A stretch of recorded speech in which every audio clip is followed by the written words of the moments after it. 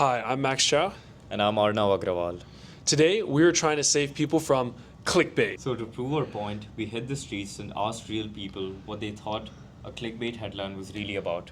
First, we asked, what do you think this article is about from the headline? And what feelings did the headline stir up?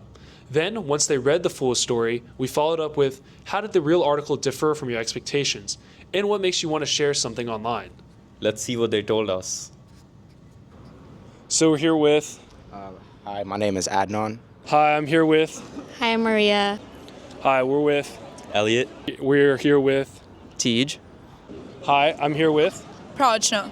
I just sent him our article, and so he's going to read the title of our article and tell me what he thinks this article is going to be about. All right, so the article is titled, Scientists Issue Dire Warning as Iconic American City Sinks into the Sea. Human Intervention Has Made It Worse. It's going to be about how humans contribute to basically a city falling apart. Okay. In a negative way, if that makes sense. Yeah, okay. Yeah, I think it's about a city just sinking because of some sort of climate, something happening with the climate to where the water levels are rising and making it unlivable in that city. Okay. I'm assuming it's about some California city apparently going underwater. Wow, very interesting.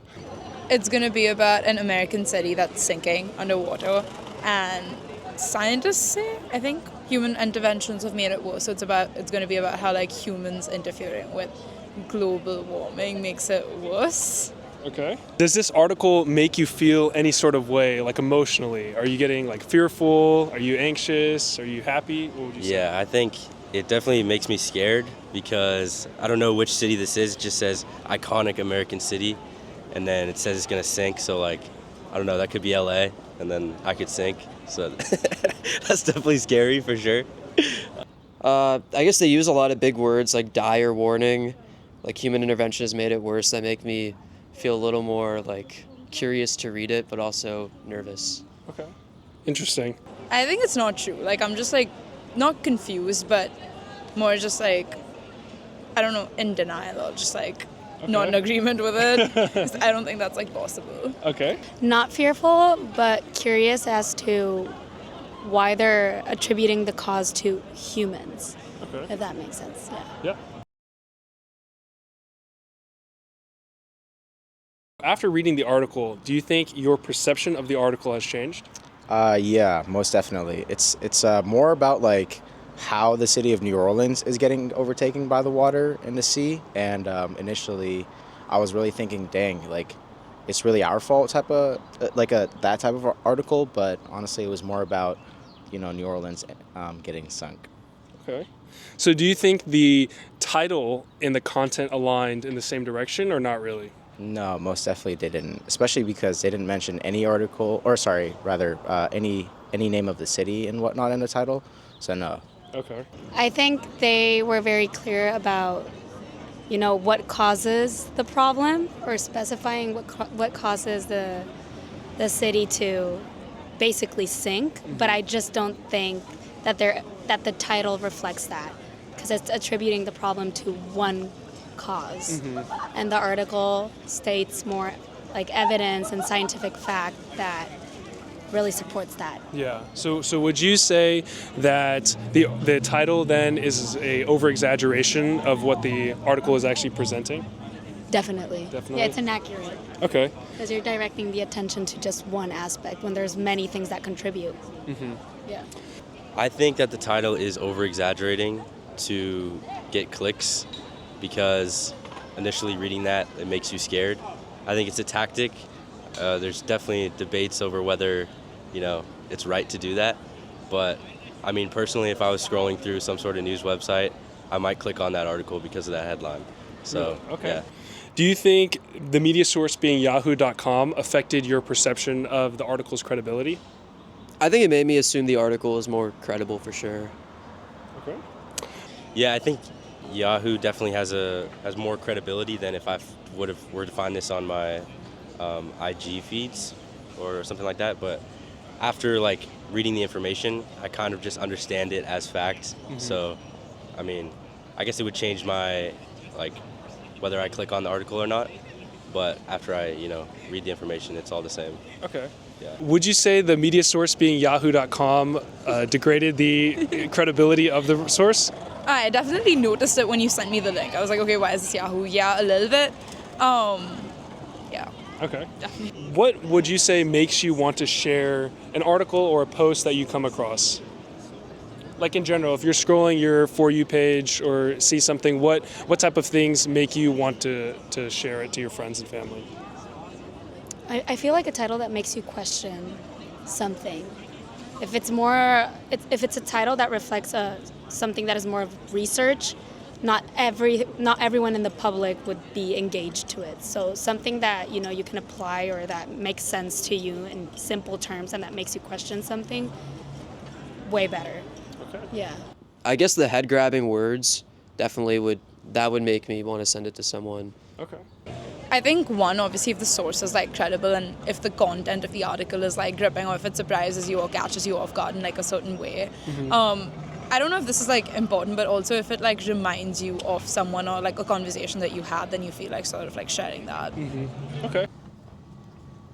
The purpose of clickbait is to provoke curiosity and to drive engagement by using sensational or emotionally charged headlines, images, or language. At its core, clickbait is a marketing tactic.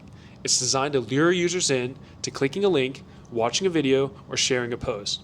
But the issue arises when clickbait crosses the line from harmless exaggeration to deception.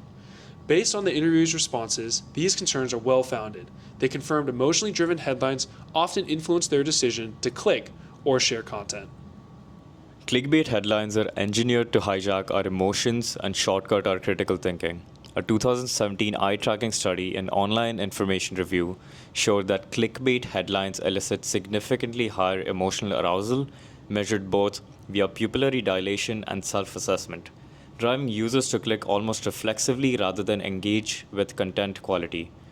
Researchers have even pre-registered experiments hypothesizing that exposure to emotionally charged clickbait would intensify active polarization and erode trust in online news sources. And the real-world stakes can be enormous. In April 2013, a hacked AP tweet falsely reported explosions at the White House, which then triggered a suddenly $136 billion plunge in the S&P just minutes before the market recovered.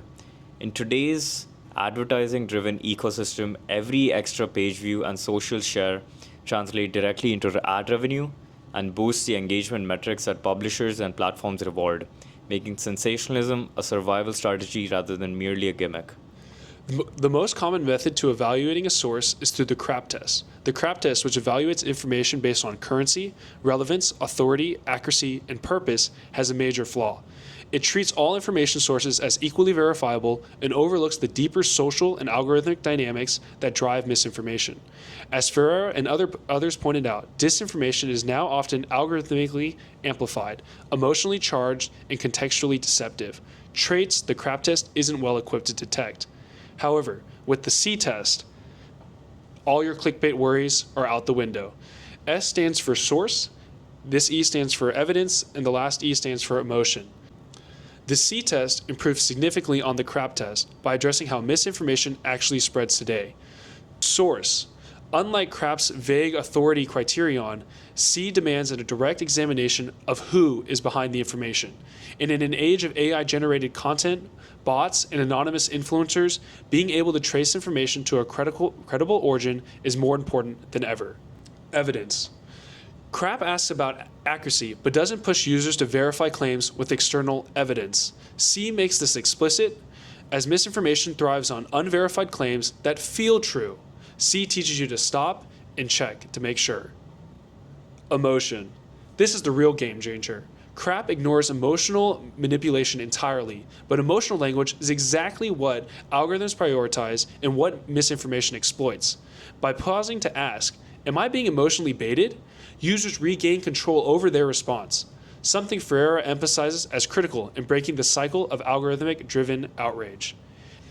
In short, C meets users where they are, in fast-moving, emotionally charged online spaces. It's not just about assessing what content says, but why it was made and how it tries to make you feel.